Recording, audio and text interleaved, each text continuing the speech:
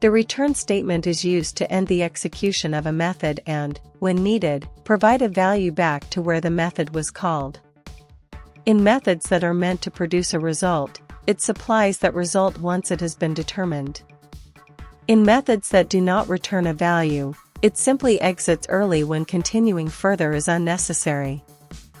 It can be placed inside conditions to return different outcomes based on specific checks.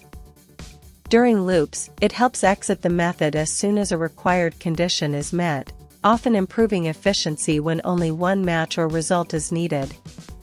When used inside recursive methods, it allows partial results to be passed back through the chain of calls until a final outcome is produced.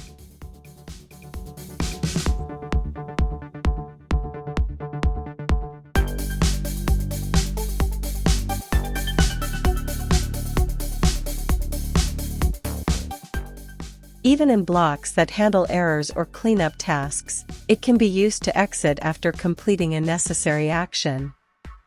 The return statement is also used in local functions, allowing them to produce a result or stop execution early.